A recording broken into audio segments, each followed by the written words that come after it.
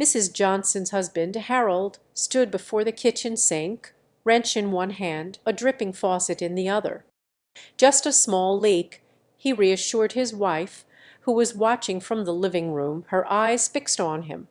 With a confident grin, Harold proceeded to tighten the nut, but as he twisted, a torrent of water gushed forth, drenching him, the kitchen floor, and the lower half of Mrs. Johnson, who had dared to come nearer to see what the commotion was about. Paragraph 2. "Harold," she screeched, her voice echoing through the house, "what have you done?"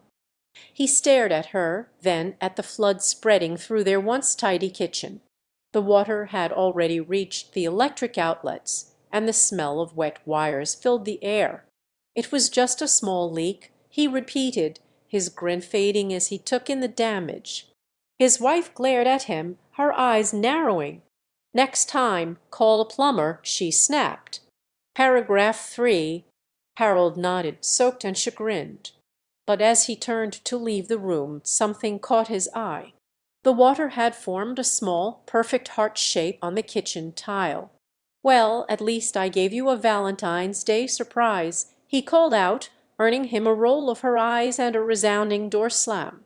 As he mopped up the kitchen, Harold couldn't help but think that this year's celebration would be one to remember, or forget, depending on how you looked at it.